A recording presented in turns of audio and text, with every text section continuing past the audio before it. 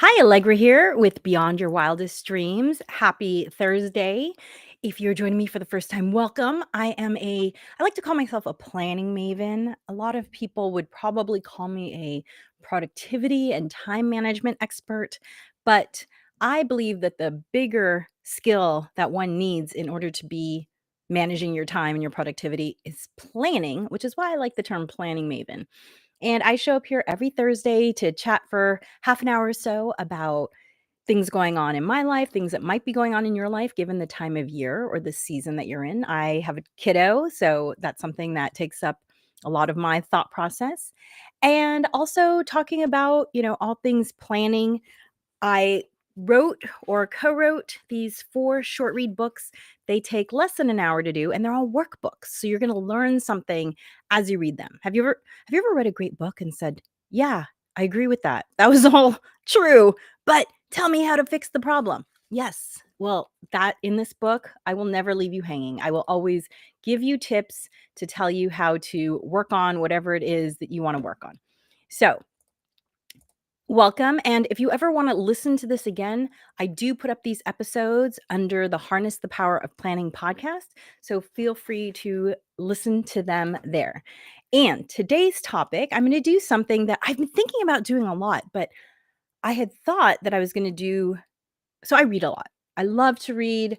I read very widely fiction, nonfiction, pretty much every genre except horror and high fantasy. Yeah, I like some fantasy, but I don't like to get really deep into the different species of fantasy characters. So I don't know if that's even the correct term. I don't even know if that's the correct term, high fantasy, but I like some fantasy. Okay, but I read widely. And I really believe that there's something to be learned from every book you read. If not factual information, then just insight into who people are, because it's the original form of virtual reality, right? So for a long time, I've thought about doing book reviews, but I thought I was going to maybe do written reviews and summaries, and that just hasn't happened because I'm just constantly reading and I'm reading more than one book at a time. And anyway, so I thought this might be a better format, a more digestible format, watching it as a video. And the other great thing too is if you like to read, then at least on YouTube, which this does go up on YouTube, they provide a transcript. So you can see a transcript there if you want to go back and read it. Okay. So today's book is called The Education of Eva Moskowitz. And I am going to be talking about this book. And I learned so much in this book. It was really fascinating. So I'm excited to share it with y'all. And also, I wanted to mention that I have the topics for my next couple of podcasts lined up. And next week, I'm going to talk about the fact that I have been married for over 20 years with the same person for close to 30 years. And I'm going to talk about I don't know if I'd call them tips so much as what I've learned in that time. And hopefully some of it can help you both in choosing a partner, because I was not a long-term relationship person before I met my partner. So there were definitely some specific things I did when it came to time to choose a partner, look for a partner.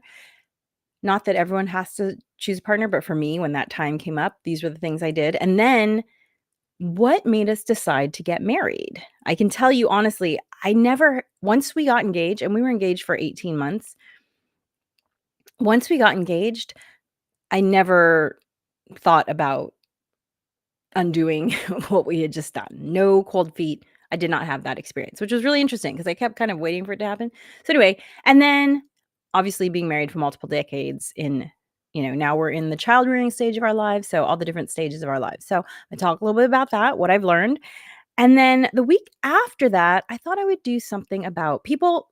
When people find out that I'm 51, they often ask me, what's your skincare routine like? And I have shared that on the podcast before, but I do believe that skin is just the reflection of all the things that you do: exercise, stress management, diet, supplementing, skincare.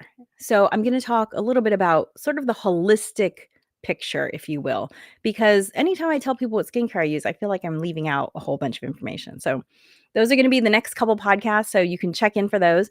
And for those of you who are watching live, you can always comment in the chat. I will see it and I will happily respond to it. And I'm just going to turn off the ticker. And if you ever want to find out more about me, my website is bywdreams.com. So at the top of every podcast, I always pull a card from my little handy dandy deck of sayings here. And let's see, today is listen to your life. All moments are key moments. Frederick Buechner. I do not know Frederick Buechner, so I don't know if I'm pronouncing his name correctly. Listen to your life. All moments are key moments. I definitely agree with this. When I was very young, I wanted to know what was the meaning of life. I don't know if you felt this too. I'd love to hear if this was something that was concerning your 7-year-old mind, but I was very concerned with the meaning of life. And I don't think it's too strong a word to say that I grappled with this in college, where I just wanted to be told what my purpose was. I think I've always had some sort of deep-seated fear of wasting my life. And the funny thing is as you age, you realize that those epiphanies about your life don't always come the way you expect them to come. Sometimes the epiphanies are quiet.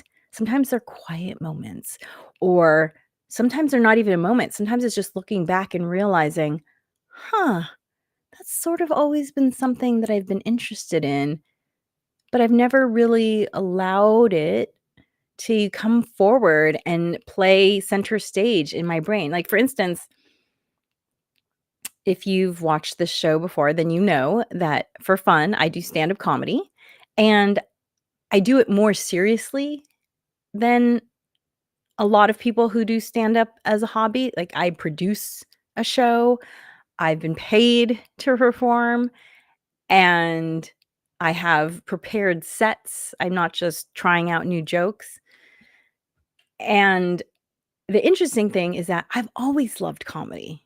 In fact, the other day I was on the phone talking to a friend of mine, and she's never been to a comedy show.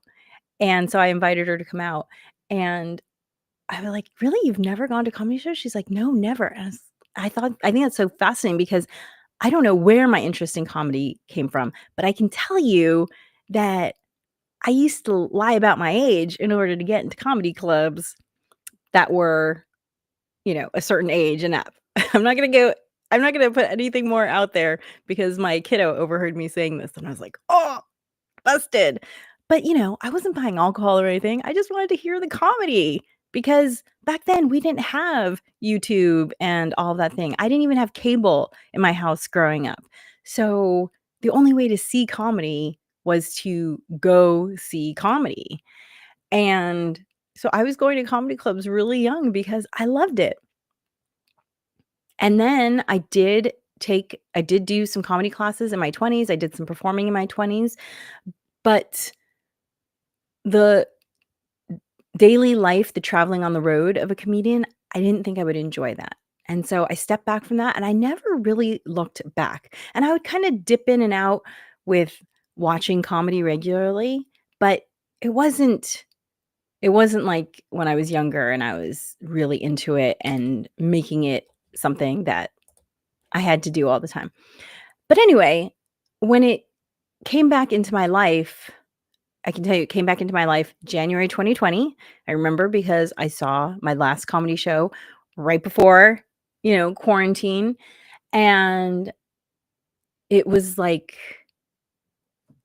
that domino falling. I saw Bobby Oliver. If you haven't seen her, she's amazing. I think she's the most brilliant comedian I've ever seen. And she owns a great comedy club here in Los Angeles called Dow Comedy in Koreatown.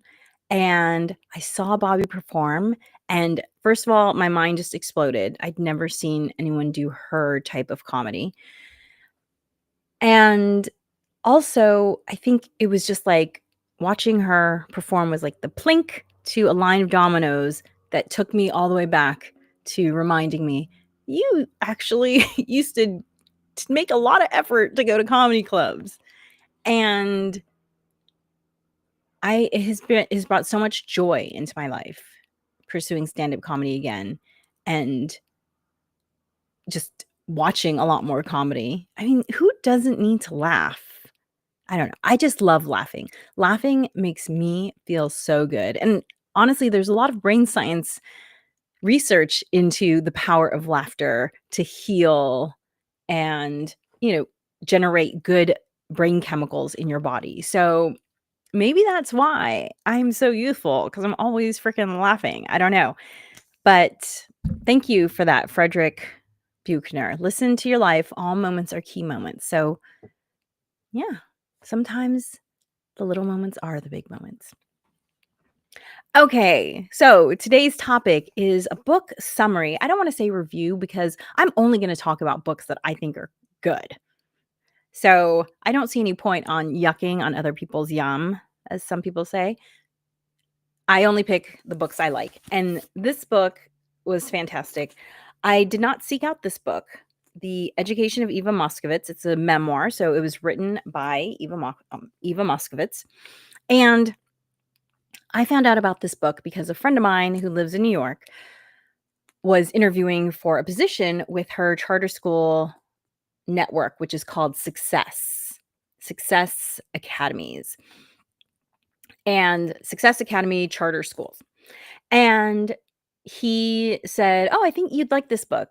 And I'm the kind of person, I like to read so broadly, and I have read so many books that surprised me. Like, I would not have picked them up if I had read the back of the book. But because I read the book blind, I loved it. And so I often go into books blind. I'm not going to judge. I'm just going to read the first 10, 15, 20 pages. The max I will give a book is 50 pages. I'm totally comfortable not finishing books if they're not speaking to me, but I love going in blind on books. So I went blind on this book. Never heard of Eva Moskowitz or the Success Charter Academies, probably because I'm over here on the West Coast. However, one thing that intrigued me about it is the fact that my child, when I homeschooled my child, I did homeschool her through a public charter school. And I remember when she was in this public charter school, she was being homeschooled, but technically she was enrolled in this public charter school. Every year we had to write letters and really lobby to keep the charter school funding open. And I never really understood why it was so contentious. So this book really gave me insight into that. So if you've ever wondered, so here's the thing about this book. If you've ever wondered, why is charter school education so controversial? This book will help you understand that. If you've ever wondered, I don't understand why American politics is so broken, this will help you understand that. Because in addition to running this charter school system, Eva Moskowitz was a New York City council member. And so she dealt with politics. And the thing with New York City is, even though it's a city council, it's such a huge city that hearing about their politics makes you realize, like, oh, that's how politics are playing out on a national level as well. And so that was two things that I learned about that were really fascinating: local politics and national politics, and then the charter school debate, if you will.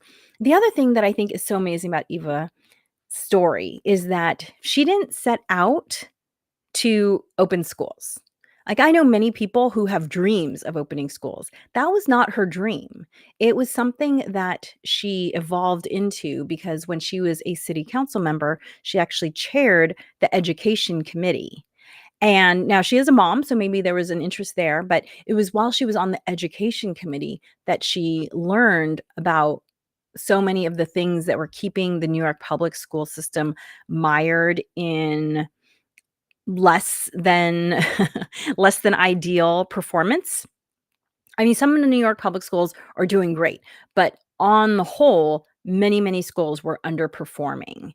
And so it was very insightful to hear Eva's story and realize, Eva kind of struggled with, what is it that I'm supposed to do? What is my purpose? Kind of like I was talking about at the top of the show.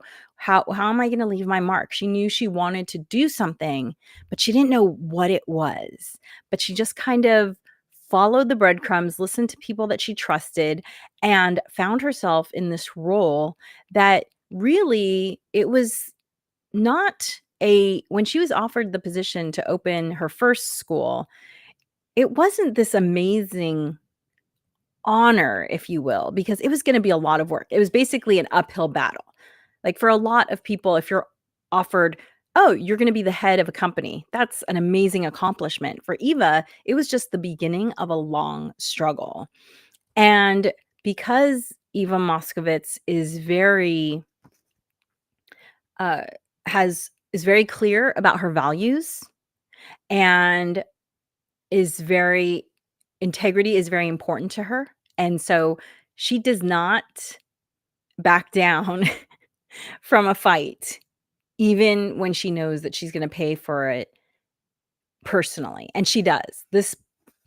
It was really disheartening, honestly, to read about someone who's trying to do good things, trying to help school children, and yet a target was basically put on her back by the media because of look, it's hard. At this point in my life, I'm 51. People are challenging. So many of us have these beliefs that are so branded into our being that we cannot recognize the truth when it hits us in the face. And so it was painful to read about people writing things about her that were just patently untrue. And yet I don't know that these people think that they're lying. I think that they're doing the right thing for their constituency, but it was very insightful into just the challenge of being human and the information that we consume and the way information can be spun. I mean, unfortunately, there's a lot of spin, and you read about it a lot in here. So if you want to learn about charter schools and politics and spin in the media, and also how one person can make such a huge difference. The success academies are, I last I heard they were about 45 schools now, and they are educating, tens of thousands of kids. It was kind of amazing to read, at least at the time of this book, which this book came out a while ago. I think it was in 2017. They were educating at the end of this book, to only 2% of the New York City school system. So to realize just how vast that school system is and really how many good schools you need in order to bring up the academic performance of New York City school children is pretty like mind blowing. But just some specifics in here. For instance, one of the things that was really interesting to me, maybe you've seen this in charter schools in your neighborhood, is that a lot of charter schools are actually located on campuses of existing public schools. This is called co-location. And I often wondered how that came to be, and this really explains it perfectly, which is the fact that charter schools really can't, with the amount of money that they get from the state, they can't afford to build their own structures. They can renovate, they have enough money to renovate, but they need some infrastructure to start with. And so many public schools, the kids were getting pulled out of public schools that a lot of the public schools had excess capacity.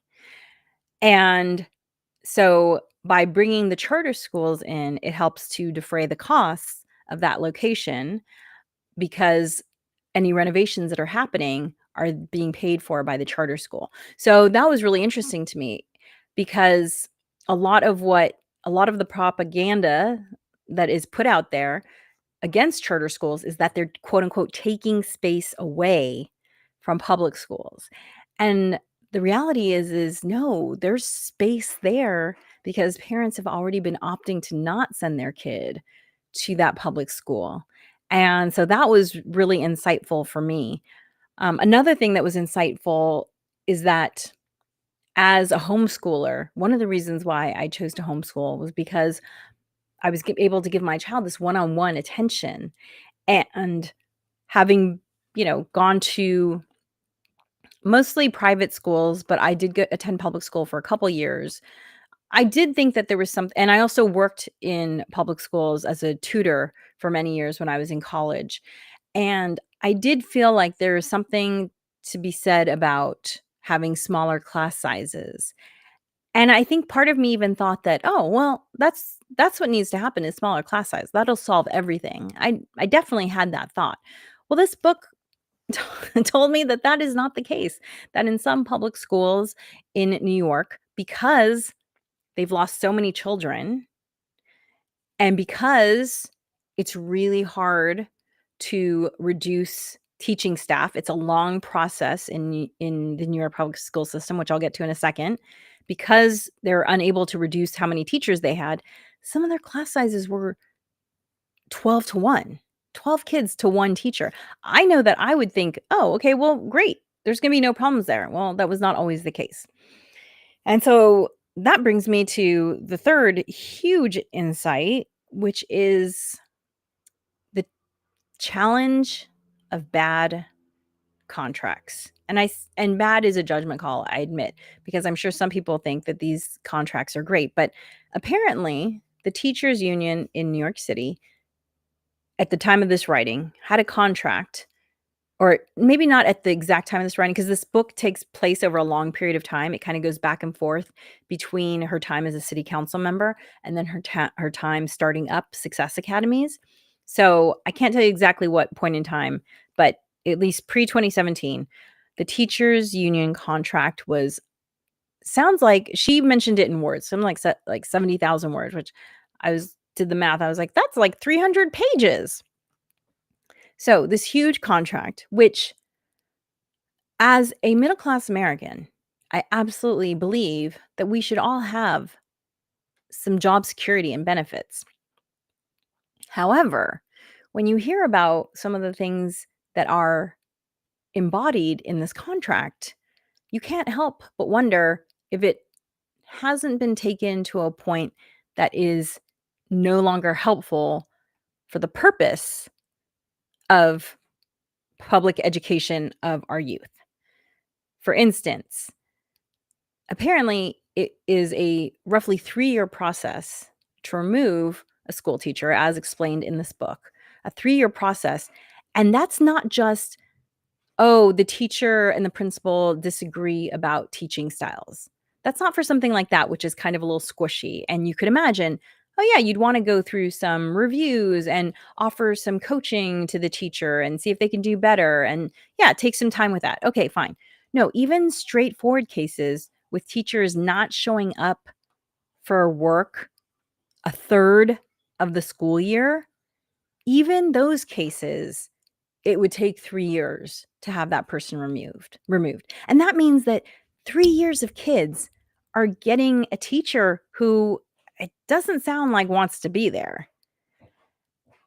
So that was really eye-opening, and there's a lot of that in this book, just eye-opening things about the challenges of these contracts that protect workers so much that it's kind of like if you took a knife and you said, "Okay, well, this knife is really sharp, so we're gonna make it safer by dulling it."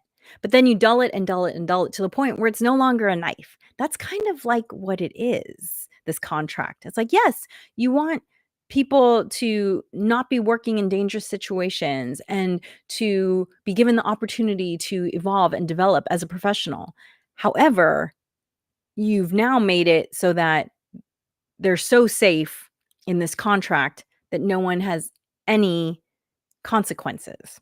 And that's one of the reasons why charter schools have, like Success Academy, have been able to have more success because they've been able to bring in teachers that are, are aligned with their mission and are willing to work because they know that their contract is only for a year, and then if they're not performing, they're out of there. So, look, I think a lot of us have worked in environments where it it is easy to be laid off and it is easy to be fired. So, we can sympathize with the desire for work security. However, again, there's there if the teachers aren't teaching the students, then they're just not doing their job. So that was really, really eye-opening. And then, the other thing that was sad and eye-opening was about the media and the media coverage of Eva was very slanted just based on the agenda of the journalists. And we're talking journalists that people think are left-leaning. So you would think they would be pro-education, writing things that were not an accurate portrayal of what happened. Did they lie? No. Did they use their power to choose words that might mislead people? According to the articles I read, yes. And it's all laid out there. I mean, there's a huge record on Eva Moskowitz, so you can cross-check all of her stories very easily. And so it's fascinating. So I loved reading her story. I loved learning that someone who never set out to be an educator could go out and do so much good for so many people. I mean, people are clamoring to get into her schools. Everyone wants to get into her schools. And many of her schools, at least most of her schools in the beginning, started out in lower income neighborhoods. So she was really helping people that needed to be helped. So I highly recommend this book. You will learn so much about really our world and why it is the way it is. It was very eye-opening, very easy to read, and kudos to Eva Moskowitz for everything that you've done. Thank you for you. We need more of you in the world. So check it out. I will put links to the book in the show notes. The Education of Eva Moskowitz, highly recommend it. And it's an easy read. I know a book about public schools doesn't sound like an easy read, but my friend gave it to me when I was in New York in April, and I pretty much read the whole way back on the plane because it's a very compelling read. So well written, amazing book. Kudos to you. Okay, well, thank you so much for joining me today. As I mentioned, I do have topics for my next couple of podcasts coming up. So next week, I'm going to talk about being married for over 20 years with the same person for almost 30. We were together for a long time before we got married. What my experience was in terms of looking for a partner and then deciding to get married and then working through the many stages of life, like what I consider to be our success recipe, if you will, having been together this long and still really liking each other because that's an accomplishment, let me tell you. And then the week after that, I'm going to talk more holistically. When people find out I'm 51, they always want to ask me about my skincare. And I feel like I'm leaving something out if I don't talk about sleep and stress management and diet and supplements, because that all matters too. So I'm going to talk about my holistic recipe for healthy looking skin. So hopefully you'll join me for that on Thursdays live at 9:30 a.m.